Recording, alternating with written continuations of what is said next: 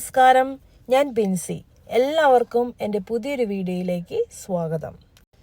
ഇന്ന് നല്ല പഞ്ഞി പോലെ സോഫ്റ്റായ ഒരു വട്ടയപ്പം ഉണ്ടാക്കി നോക്കിയാലോ. അപ്പോൾ അതിന് വേണ്ടിയിട്ട് ഞാനിവിടെ 3 കപ്പ് അരി ഒരു 3-4 പ്രാവശ്യം നന്നായിട്ട് കഴുകിയതിന് ശേഷം 5 മണിക്കൂർ കുതിർത്താനായിട്ട് മാറ്റി വെച്ചിട്ടുണ്ടായിരുന്നു. 5 മണിക്കൂറിന് ശേഷം നമുക്കത് അരച്ചെടുക്കണം. ആദ്യം തന്നെ ഒരു 2-3 കയ്യിൽ അരി മിക്സിയുടെ ജാറിലോട്ട് ഇട്ട് കൊടുക്കാം. അതിലേക്ക് അരി നെകുക്കെ വെള്ളം ഒഴിച്ചു കൊടുക്കാം.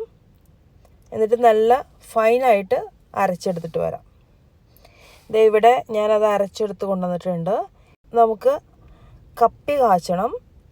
അപ്പോൾ കപ്പി കാച്ചാൻ വേണ്ടി ഞാൻ 2 കയ്യിൽ ആ അരച്ച മാവ് ഒരു നല്ല അടികട്ടിയുള്ള പാത്രത്തിലേക്ക് ഒഴിച്ചിട്ടുണ്ട്. അതിലേക്ക് 1 കപ്പ് വെള്ളം കൂടി ഒഴിച്ച് നല്ലൊരു ലൂസായിട്ടുള്ള ഒരു പരുവത്തിൽ റെഡിയാക്കി എടുക്കണം. എന്നിട്ട് നമ്മൾ ചെറു തീയിലിട്ട് ഒരു മാവ് പോലെ നമുക്ക് വേവിച്ചെടുക്കണം.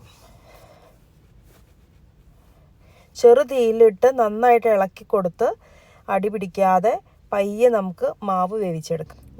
ഏകദേശം മാവ് ഇങ്ങനെ കട്ടയായിട്ട് വന്നിട്ടുണ്ട്.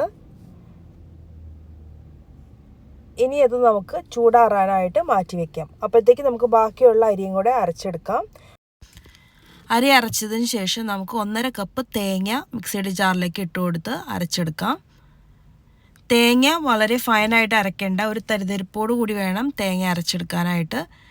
തേങ്ങയുടെ കൂടെ തന്നെ ഞാൻ 1 കപ്പ് പഞ്ചസാരയും കൂടെ ഇട്ട് കൊടുക്കുന്നുണ്ട്. കൂട്ടത്തിൽ ഒരു 1/2 ടീസ്പൂൺ ഈസ്റ്റും ഒരു 5-8 ഏലക്കായയും കൂടെ ഇട്ട് കൊടുക്കാം. കുറച്ച് വെള്ളം കൂടി ഒഴിച്ച് ഒരു തരിതരിപ്പായിട്ട് നമുക്ക് അരച്ചെടുക്കാം. അതിനുശേഷം നമ്മൾ കപ്പി കാച്ചി വെച്ചിരിക്കുന്നതും കൂടെ ഇട്ട് നന്നായിട്ട് മിക്സിയിലിട്ട് ഒന്ന് നന്നായിട്ട് അരച്ചെടുത്ത് മാവിൻ്റെ കൂട്ടത്തിൽ ഒഴിച്ചു കൊടുക്കാം. ഇനി എല്ലാം കൂടെ നന്നായിട്ട് മിക്സ് ചെയ്ത് ഒരു 4 മണിക്കൂർ നമുക്കിത് പൊങ്ങാനായിട്ട് മാറ്റി വയ്ക്കാം. ഓരോ സ്ഥലത്തെ തണുപ്പനുസരിച്ച് ഇത് പൊങ്ങി വരാനുള്ള സമയം വ്യത്യാസമായിരിക്കും.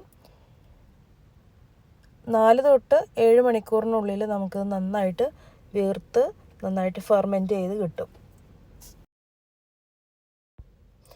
4 മണിക്കൂർ കൊണ്ട് തന്നെ എൻ്റെ മാവ് നന്നായിട്ട് പൊന്തി വന്നിട്ടുണ്ട്. നന്നായിട്ട് ഫെർമെൻ്റ് ആയിട്ടുണ്ട്. നന്നായിട്ട് ഒന്നും കൂടെ മിക്സ് ചെയ്ത് അതിൻ്റെ ടേസ്റ്റ് ഒന്നും കൂടെ നോക്കുക. മധുരം കുറവുണ്ടെന്ന് തോന്നുവാണെങ്കിൽ കുറച്ചും കൂടെ മധുരം ഇടാം. ഞാൻ എപ്പോഴും വട്ടയപ്പം ഒരു മീഡിയം മധുരത്തിലാണ് ഉണ്ടാക്കുന്നത്. നല്ല മധുരം വേണമെന്നുള്ളവർക്ക് 1.5 കപ്പ് തൊട്ട് 2 കപ്പ് വരെ പഞ്ചസാര ചേർക്കാവുന്നതാണ്.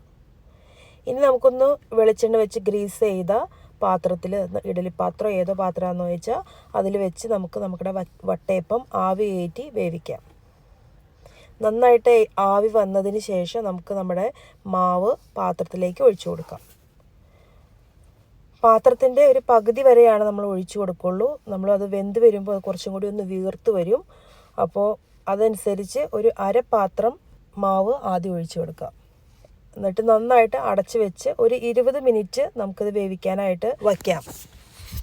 20 മിനിറ്റ് കൊണ്ട് തന്നെ നമ്മുടെ അപ്പം ഇവിടെ റെഡി ആയിട്ടുണ്ട്. ഒരു സ്ക്യൂർ വെച്ച് നമ്മളൊന്ന് കുത്തി നോക്കുക. അത് ക്ലീനായിട്ട് വരുന്നുണ്ടെങ്കിൽ നമ്മുടെ വട്ടയപ്പം റെഡിയാണ്.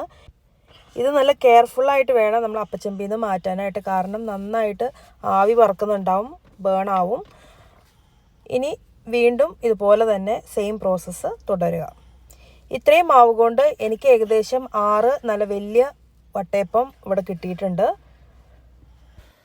അപ്പോൾ വട്ടയപ്പം ഉണ്ടാക്കുമ്പോൾ കട്ടിയായി പോകുന്നെന്ന് പറയുന്നവർ ഇതുപോലെ കപ്പി കാച്ചി ഒരു പ്രാവശ്യം വട്ടയപ്പം ഉണ്ടാക്കി നോക്കൂ. നല്ല സോഫ്റ്റ് ആയിട്ടുള്ള ഫ്ലഫി ആയിട്ടുള്ള വട്ടയപ്പം നിങ്ങൾക്ക് കിട്ടും.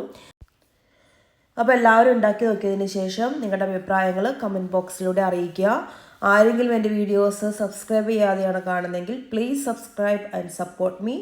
വീണ്ടും മറ്റൊരു വീഡിയോയിൽ കാണും വരെ ബൈ, ടേക്ക് കെയർ.